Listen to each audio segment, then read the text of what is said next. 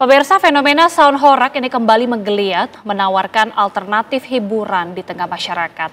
Waktu berjalan, kemunculan sound horak ini kemudian memicu suara pro kontra sebab dipandang kerap memancing laku anarkis hingga mengabaikan aspek keselamatan. Selengkapnya dalam Benang Merah, bising suara pemecah telinga.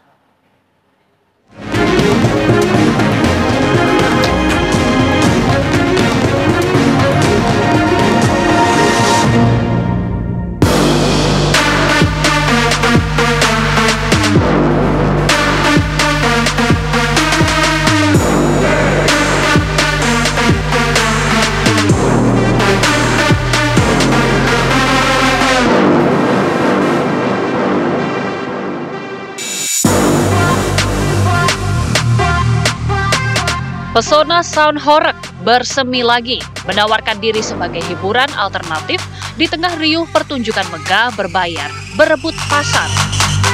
Mencirikan penampilan bak parade tata suara, sound horak membekali diri dengan perangkat sound system berukuran jumbo yang menghasilkan suara cenderung berfrekuensi bass yang juga tak kalah menggelegar. Sound horak lazim tampil dengan dukungan sound system mulai dari ratusan ribu hingga beberapa megawatt. Bahkan jika dihitung-hitung, sebuah paket sound horak sanggup mencapai intensitas kebisingan hingga 130 desibel atau lebih kurang setara dengan tingkat kebisingan pesawat jet. Yang bergetar itu kan subwoofer. Jadi kalau subwoofer itu jumlahnya banyak ya pasti bergetar. Seperti itu. Horak ini kan istilah Jawa. Istilah bahasa Indonesianya kan bergetar, kan seperti itu.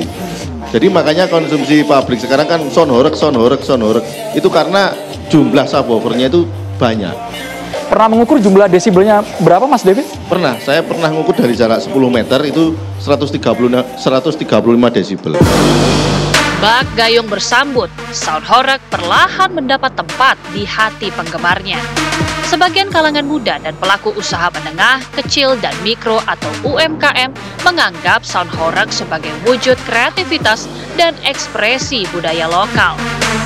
Tidak kalah penting dari itu, roda perekonomian lokal juga ikut bergerak. Sound system itu, Mas, ya, itu dapat menciptakan perekonomian ketika sound horak itu gerak. Itu satu sound system. Apalagi kalau battle sound. Battle sound itu perkumpulan sound-sound, konser di lapangan, wah itu ekonominya luar biasa. Sound horak diketahui bukanlah fenomena baru. Bagi sebagian masyarakat Jawa Timur khususnya, iringan sound system di atas kendaraan terbuka kerap dijumpai apalagi setiap momen Agustus memperingati Hari Kemerdekaan. Namun, kini sound horak tampil kian masif, komplit dengan tata lampu dan aksesoris pendukung lainnya hingga kontes adu kekuatan suara. Perkembangan sound horak ini bisa dibilang mulai tahun 2014. Ya tahun-tahun sebelumnya sudah ada, cuman untuk volume belum sampai maksimal seperti tahun 2014 sampai sekarang. Jadi berkembangnya sound horak ini memang ya signifikan sekali dalam era yang sekarang digitalisasi, era sekarang yang mungkin bagi orang dari bagi masyarakat itu memang sekarang lagi diminati gitu loh. Memang formatnya dari dulu seperti ini. Dulu volumenya mungkin kecil, sekarang tambah lebar. Tapi kalau saya bilang sound horak ini sudah maksimal sekarang. Karena kan kondisi jalan di Indonesia kan tidak bertambah lebar tapi bertambah sempit. Jadi untuk volume daripada sound horak ini sudah maksimal sekarang. Seiring waktu, kehadiran sound horak sebagai suguhan hiburan yang relatif murah, meriah, dan bisa dinikmati banyak kalangan merambah ke berbagai hajatan, seperti pesta pernikahan.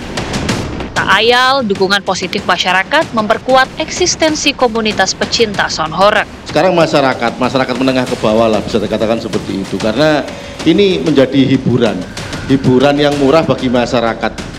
Ininya seperti itu. Perlu dipahami di garis besari, kami ini hanya penyedia jasa di sound systemnya. Untuk paket dari mungkin dancer atau penari ini dari masyarakat itu sendiri.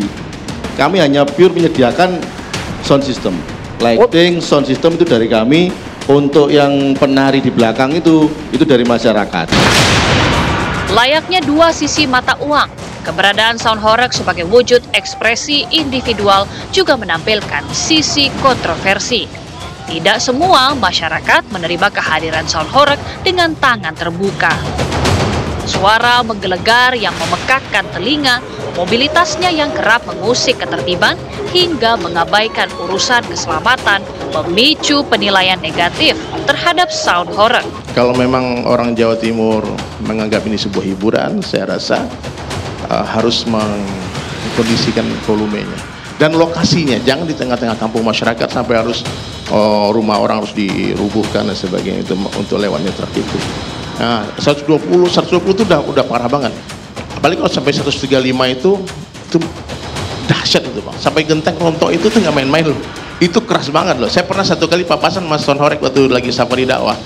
Itu kalau kita lewat sebentar, emang happy kayaknya orang joget-joget kan. Wah, keren kali nih. Apalagi lagi battle kan. Tapi kalau 1 jam di depan itu saya rasa orang yang bertanya udah tuli, betul-betul tuli itu. Ada gangguan pendengaran itu. Jangan sound horeg ini keliling kampung. Kita ini diundang oleh masyarakat kampung tersebut untuk berkeliling kampung. Jadi yang menjadi permasalahan di sini sebenarnya kami ini hanya penyedia jasa. Jadi misalkan ada orang kampung yang merasa terganggu karena saya melihat sebelum ada kegiatan sound horeg, masyarakat itu sudah melalui musyawarah itu tadi. Oh, jadi orang-orang itu udah dipikirkan dulu anak ya, kecil. Ada rakor juga ya kan, ada rakor nanti pada waktu pelaksanaan itu seperti apa, itu sudah ada rakornya bersama masyarakat. Terus yang kedua masalah desibel itu tadi. Mungkin saya itu pernah menghadirkan semua pihak di Kabupaten Malang khususnya. Kita dulu ada aturan 60 desibel maksimal. 60. Iya. Dulu ada surat edaran itu maksimal 60 desibel. Sebelum kami menyalakan alat desibel meter itu saya nyalakan juga. Kita ngobrol itu sudah 70 desibel. 60 nggak masuk akal karena ya, normalnya konser akal. Itu yang konser pop itu 85, nah, 100. Yang dimaksud horeg ini kan getar. Ini kan subwoofer. Kita ukur memang 135 desibel. Ya kan? Ketika subwoofer itu saya matikan, jumlahnya masih di angka 125 desibel.